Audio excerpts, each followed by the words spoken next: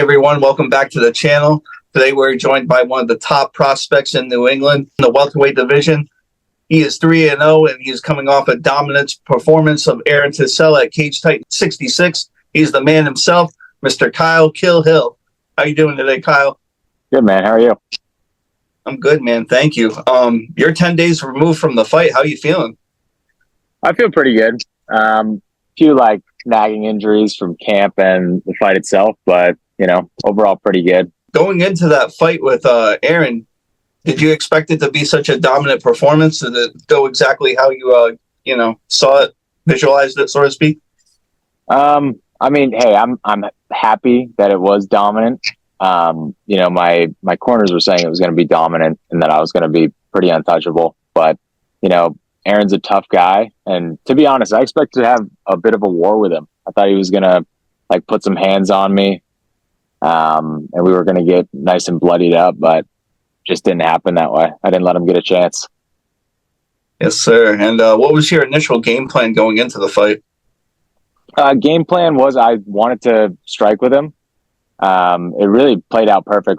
I wanted to strike with him, I wanted to hurt him, and then as he got injured, I wanted to take him down and beat him up.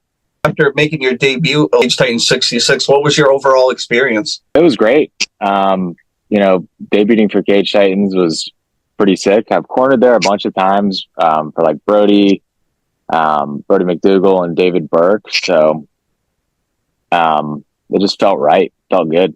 The energy of the hall and everything. Can we expect to see you back in there sometime? Yeah, we'll see. We'll see what they line up for me. I'm eyeing some promotions now. As long as I'm healthy and good to go. I'm just trying to fight. I'm trying to fight and stay active. Sir, is there anybody on your radar? Anybody you see in that division that you want to get in there and scrap with? I feel like there's a few guys in the division that people are talking about me fighting. But it's really just how the cards will line up. I got scheduled to fight 2 other guys before Aaron. People get hurt. People get dropped out. We'll see what happens. I gotta know, man. How'd you get the nickname Kill? My Devin originally used to call me Silent Hill because I used to be pretty quiet. But I feel like I just evolved as a person and a fighter and just changed over to Kill. Did you get linked up at Nostos MMA? Was that your first gym? Yeah, that was my first gym. I was 15. I was just looking for some sort of hobby, and I was really into martial arts at the time. I loved watching UFC. So I looked it up. I literally looked up best MMA gyms near me. Nostos was the first one that popped up, and the rest is history. After your fight, man, what was your I always like to ask people, what was your go-to post-fight cheat meal? I know most get pizza, but I'm talking about what'd you eat on Sunday? Sunday? Oh man, what did I eat on Sunday?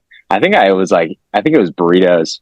My buddy took me out to get some pulled pork burritos with mac and cheese in them. So good. After everything you've been through, what's next for you, man? I want to stay active.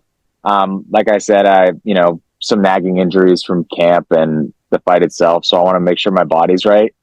And then once my coaches and myself are on board with me getting back in there, I want to fight again. Combat FC is pretty close. That'd be sweet. NEF's right around the corner, and I think Cage Titans is the day after Combat FC. So a bunch of cards that are lining up, but we'll see what happens.